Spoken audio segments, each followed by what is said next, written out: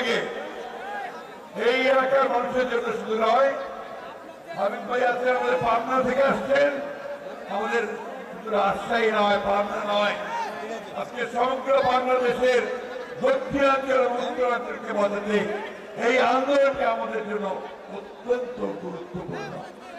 ভাই আগে নিজেরা বাঁচলে না অন্য কথা, তাই না? পদ্মায় যদি মরে যায় আমরাও তো মরে যাবো, ঠিক কিনা?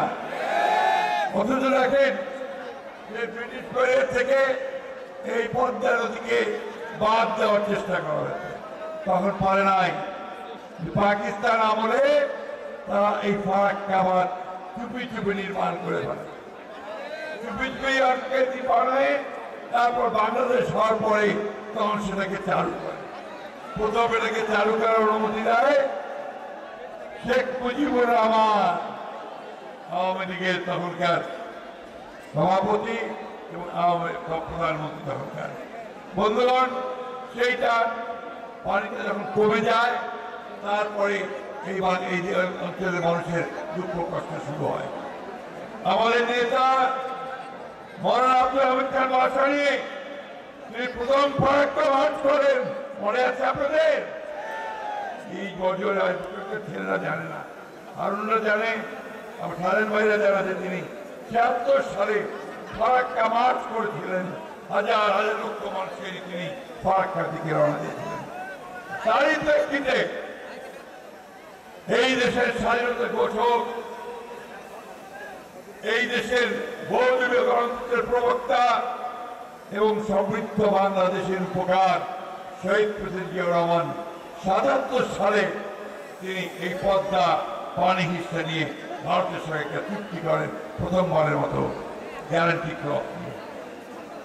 দুঃখের কথা যে তারপরে আর কেউ চেষ্টা করে নাই, একমাত্র দেশনেত্রী বেগম খালেদা জিয়া জাতিসংঘে পদ্মার এই না পানির ন্যায্য হিস্সার কথা তুলেছিলেন। আমার মনে থাকার কথা আমাদের হারুন ভাইকে। এই কিছুদিন আগে 2016 সালে এই যে পতিত স্বৈরাচার ফ্যাসিস্ট হাসিনা একটা চুক্তি সই করেছিল, ওটাতে আমার গ্যারান্টি ক্লজ ছিল না 96 সালে। আজকে 2026 সালে আগামী বছর এই চুক্তি শেষ হবে। আমরা জানি না এখন ভারত কোন পদক্ষেপ গ্রহণ করবে। এই 2026 সালে যে সরকার আসবে, সেই সরকার যদি শক্তিশালী না হয়, জনগণের শক্তি নিয়ে যদি না দাঁড়াতে পারে, তাহলে এই পদ্মার পানিতে আমরা আরো ক্ষতিগ্রস্ত হব। এই পদ্মা নদী, গঙ্গা যেটা আসছে ভারত থেকে, আন্তর্জাতিক নদী, এটা আন্তর্জাতিক আইন হিসেবে এর সফল হিস্সা, সঠিক হিস্সা আমাদের পাওয়া আমাদের অধিকার, দয়া নয়। আজকে এই সংকটে একটা দল তারা এই সংকটকে আরো গভীর সংকটে নিয়ে, যখন আমরা সবাই মিলে ওই সংস্কারের সনদ সই করলাম পার্লামেন্টের সামনে 17ই অক্টোবর, এবং কতগুলো অনেকগুলো বিষয়ে একমত হয়ে গেলাম, সই করলাম। এখন হঠাৎ করেই সেই দলটি আজকে বলতে শুরু করেছে, না আমাদের পিআর দরকার। আচ্ছা ভাই, আপনার পিআর কি বোঝেন? পিআর বোঝেন? আমিও একটু জানা শুনলাম, চেষ্টা করলাম, বলে প্রপোর্শনাল রিপ্রেজেন্টেশন, ইংরেজি শব্দ।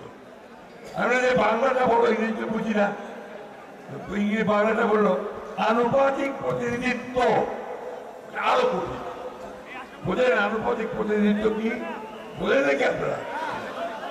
যে জিনিসটা বাংলাদেশের মানুষ বোঝে না, ওই জিনিসটা ঘাড়ের মধ্যে চাপা দিচ্ছে ভাই, তার ইঙ্গিতে কেন আজকে গণতন্ত্র সৃষ্টি করতেছেন? আপনারা হঠাৎ করে লাফায় উঠছেন যে ক্ষমতায় যাবেন। এই দেশের মানুষ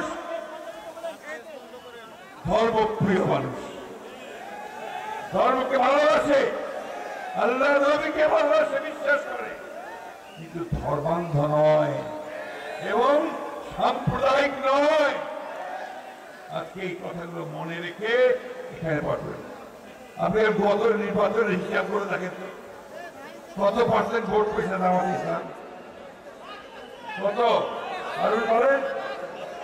5% তারও বেশি, 5-6%, তাই না?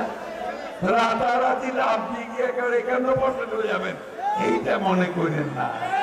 বাংলাদেশের মানুষ আপনাদেরকে সহজে ভোট দিবে না, কারণ আপনাদেরকে তারা বিশ্বাস করে না। বিশ্বাস করে না। পাকিস্তানে আন্দোলন করতে হয়েছে মুসলমানরা পাকিস্তানের মুসলমান ভাইদের স্বার্থ রক্ষার জন্য, মুসলিম। তখন আপনাদের নেতা মহোদী এটা বিরোধিতা করে, ঠিক না?